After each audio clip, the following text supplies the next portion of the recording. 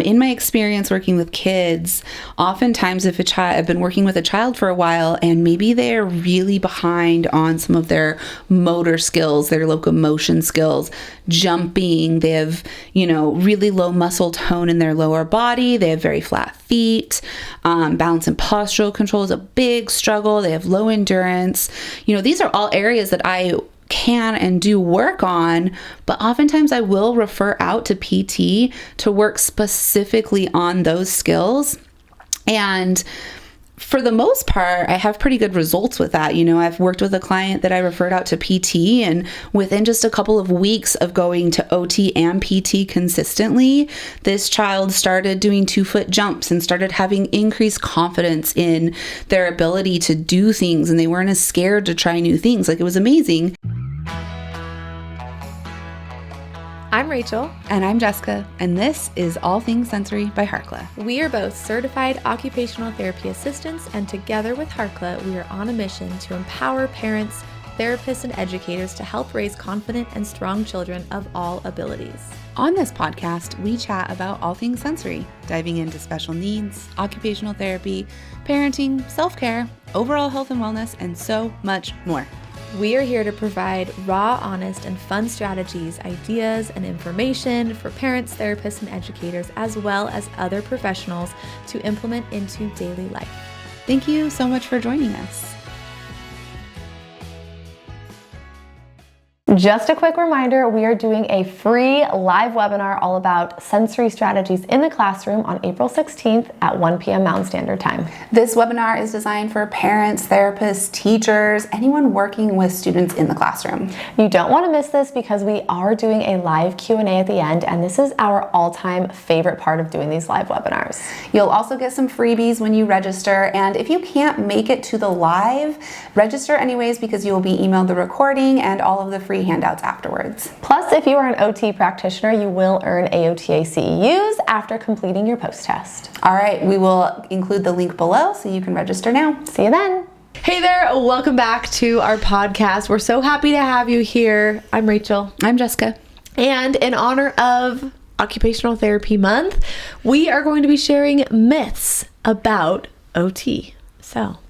And we'll answer a listener question at the end. We do have a listener question, yes. Trying to catch up on those. We just feel like, as our due diligence to advocate for OT month and spread awareness of occupational therapy, it would be a fun, interesting episode to share some of these myths that we have heard and dealt with. And we would love for you to share any situations or examples or experiences that you have gone through as well as an OT or a CODA. Let us know. Mm-hmm.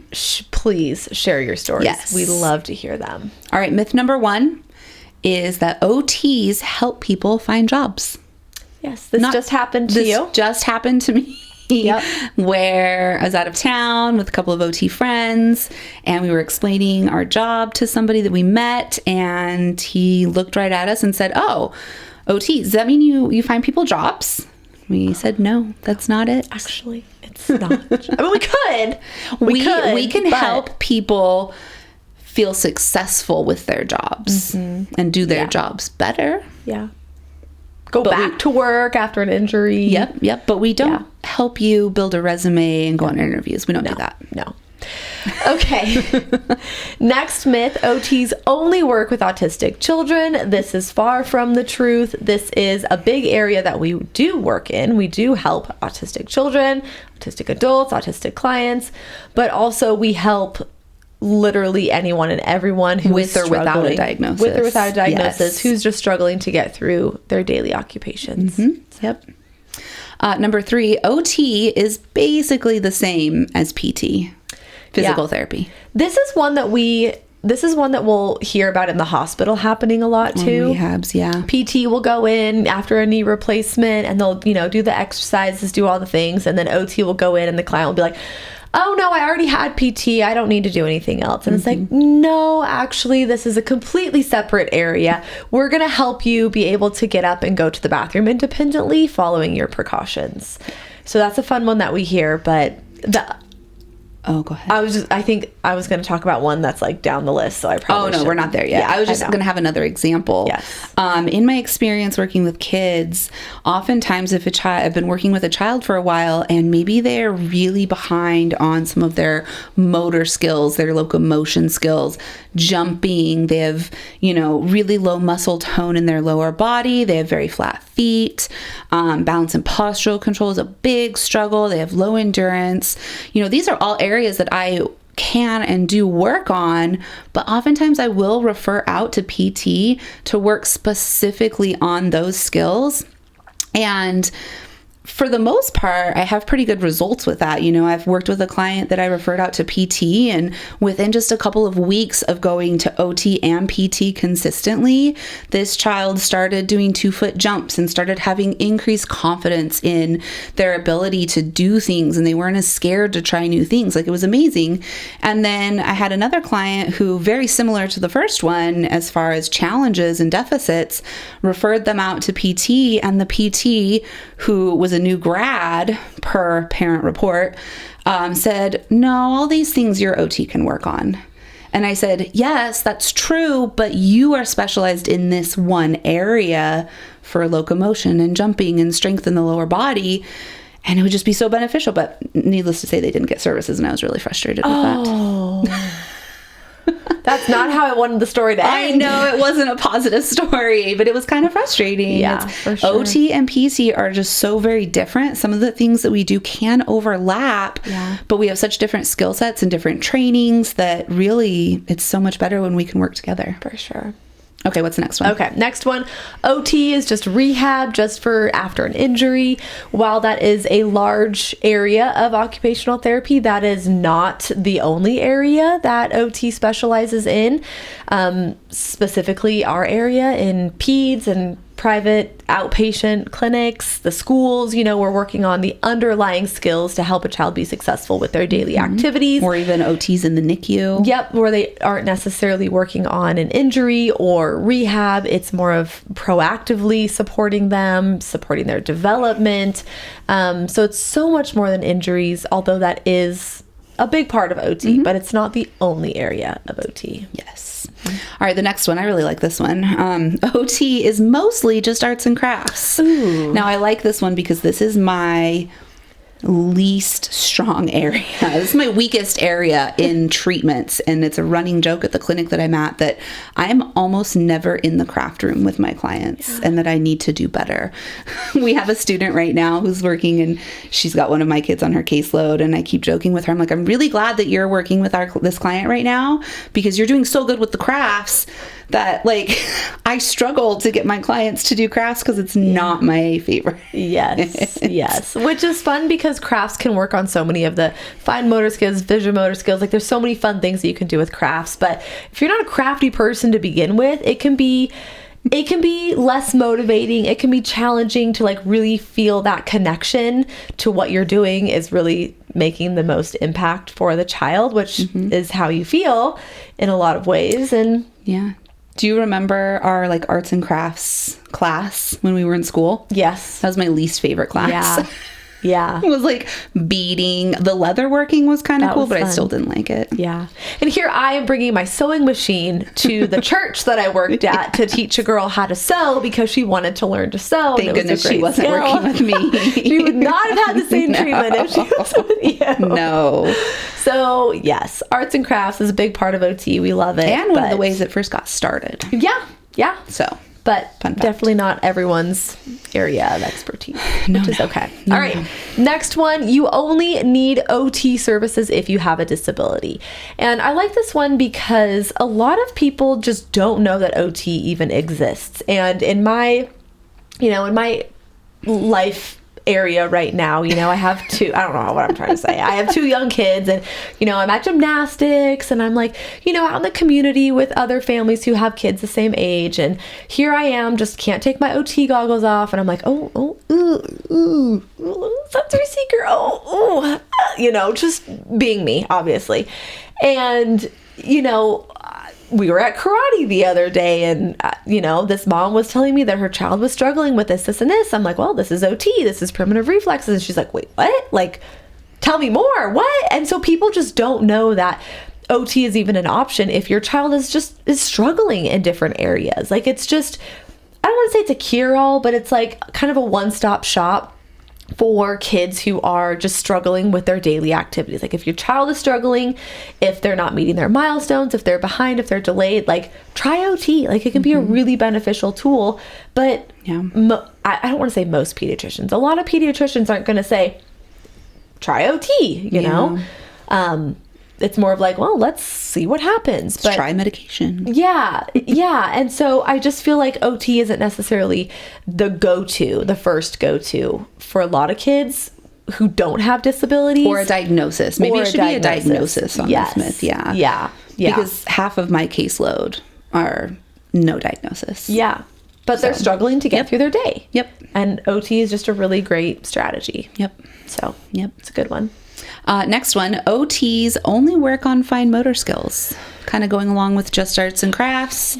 You think about a hand therapist, that mainly is going to be looking at dexterity, hand strength, mobility in the hands. But, OTs encompass so much more than just the hands and fine motor skills. And a lot of people will say that OTs will only work on the upper body and PTs work on the lower body. Like, that was the big one in the skilled nursing facility when I did my internship, was like the patients were like, oh, upper body and lower body. And like, I just really don't like that explanation, because OTs really work on the whole body, and PTs do as well. But, there's myth. That's why we're here. There's a myth about it. Like, we really work on the entire system rather than just fine motor skills. And I think in the school setting, this is a big part of where the myth kind of started. Sure. Yeah. Because it's, oh, your kid's struggling to hold their pencil. Oh, they're struggling with handwriting, and okay, go to the OT. They'll work on all these fine motor activities, these crafts and stuff. But there's so much more on top of it.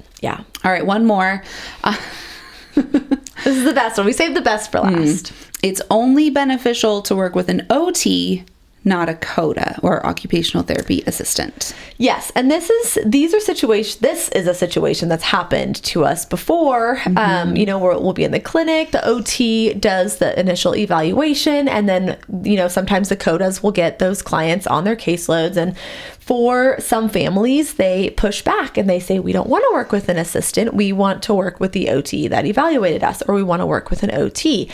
And while I completely understand, it's challenging because, a lot of occupational therapy assistants are really, really good at what they do and providing the interventions.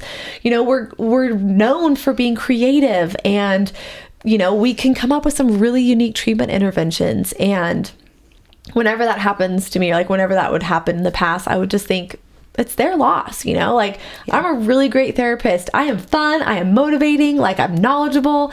I take all the courses, but, the family is really doing their child a disservice when they're holding them back from working with different professionals. So the other side of it is working with an OT who thinks that because they have a higher degree makes them a better therapist. Yeah. That has also happened, which is unfortunate. Yeah. It doesn't happen as often. I feel like, especially now in our careers where we have a little bit more experience, Well, we've built up the credibility. We have, but also there are plenty of OTs who are like, why would I listen to this podcast when there are two occupational therapy assistants who are talking about it? Like, they don't know as much as I do. And it's not about knowing all the things. It's about therapeutic use of self, building the rapport, enjoying what you do. Like, do you go to work? Are you happy? Are you excited to go to work and treat these clients and really make a difference? Like, there's so much more than the degree behind your name and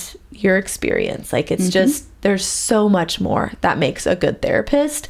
And yes, we have less formal education, and that is a big part of it. But also, we have so much hands-on experience and so much just knowledge that we've gone and learned on our own that we don't learn in school. We don't learn about primitive reflex integration in schools, Well, the student that's at our clinic right now is talking to her, and she's on her first field work rotation for OT, not CODA. And she was even telling me, she's like, I didn't learn any of this in school. It's like, I know. Yeah. You learn all of it on the job. Absolutely. So whether you are OT with a high degree or OTA with your associates, really it's about what you do with it after you're done in school.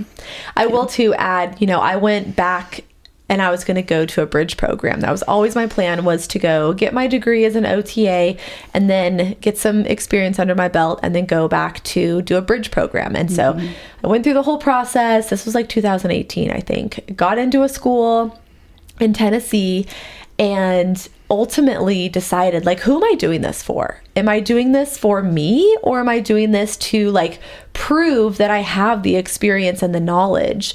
Do I want to go into more debt to do this? And so I finally had this come to Jesus moment where I was like, I am happy being an assistant. I am happy being the one who's working with clients, spending my time treating clients rather than doing the evaluations and doing all of the paperwork. And it's almost like proving to the codas out there, like, we can do it. Yeah. We are good. We are knowledgeable. And, I think I'll just get off my soapbox now. Okay, great. So we gave you 8 myths about OT, and I'm curious what other ones are out there. Yes. So if you know of a myth about OT that you would like to share, leave it in the comment section wherever you're watching or listening and let us know. Yep. Okay, let's do our listener question today. This is a 9-year-old girl who's adopted. She has been with this person, the caregiver, for 8.5 years, diagnosed dyslexia, dysgraphia, and dyscalculia, and ADHD. Just beginning my learning journey. Doesn't eat. Meds make her not want to eat, but meds are helping. Clothing sensitivity, emotional regulation difficulties, and anger issues. Help. OT. Okay. If you're not already receiving OT services, that's the go-to first step. Yes, definitely get an OT evaluation. I would definitely look into sensory processing, working on a consistent sensory diet. More, I know it's hard because she doesn't want to eat, but getting more protein into her diet would be really helpful. Smoothies are good because they don't fill you up. So protein smoothies that taste good are going to be really helpful. Yes. So sensory, more protein for the brain could be really helpful with ADHD. And I would look at primitive reflexes for sure. And I would look at ocular motor skills as well. Get into some vision therapy. Yes. And, really taking the time to work on moro reflex, fear paralysis, even knowing that she was adopted. I just took a course about the first 1,000 days of life from conception to 2 years old, how impactful that is for the rest of the life of the child. And knowing that there's nothing you can do if you adopted this child at, 1.5 years, but just having that background information too, of knowing how you can support this child from like a trauma-informed lens, really working on that connection too. And the primitive reflexes can play a big role in like that, having that wall up of lacking connection and emotional regulation too. But definitely start with an OT evaluation. But find an OT who specializes in sensory processing, trauma-informed care, and primitive reflexes. Yeah. Working with a functional medicine doctor, if possible, to look at the nutrition deficiencies from not eating, and then going outside more often. For sure. Yep. Definitely. That was a lot, so hopefully wasn't too many answers. I know. It's just there's so many things. Like, where do you start? Pick one thing to start with, one thing to implement, and just slowly but surely. But we're glad you're here. We're glad that you're starting your learning journey and you're here to make some positive changes. So we're happy to have you. Yes. All right. If you enjoyed this episode, let us know. Make sure you are subscribed, whether you're on YouTube, Spotify, whatever podcast app you're listening, just make sure you're subscribed. Don't forget to continue to advocate for OT Month, Autism Acceptance Month, however you want to advocate. Share this podcast, share your OT myth if you have one, or a situation that you've gone through. Maybe it's something similar to ours. But let us know. Leave us a review on Apple Podcasts or Spotify. Leave us a comment on YouTube. We just love to hear from you. Okay. With that, we will see you for another podcast next week. Thank you so much for listening to All Things Sensory by Harkla. If you want more information on anything mentioned in the show, head over to harkla.co/sensory. anchor.fm/podcast to get the show notes. If you have any follow-up questions, the best place to ask those is in the comments on the show notes or message us on our Instagram account, which is at Harkla_family or at All Things Sensory Podcast. If you just search Harkla, you'll find us there. Like we mentioned before, our podcast listeners get 10% off their first order at Harkla. Whether it's for one of our digital courses or one of our sensory swings, the discount code SENSORY will get you 10% off. That's SENSORY. Head to harkla.co/sensory to use that discount code right now. We are so excited to work together to help create confident kids all over the world. While we make every effort to share correct information, we're still learning. We will double check all of our facts, but realize that medicine is a constantly changing science and art. One doctor or therapist may have a different way of doing things from another. We are simply presenting our views and opinions on how to address common sensory challenges, health-related difficulties, and what we have found to be beneficial that will be as evidence-based as possible. By listening to this podcast, you agree not to use this podcast as medical advice to treat any medical condition in either yourself or your child. Consult your child's pediatrician or therapist for any medical issues that he or she may be having. This entire disclaimer also applies to any guests or contributors to the podcast. Thanks so much for listening.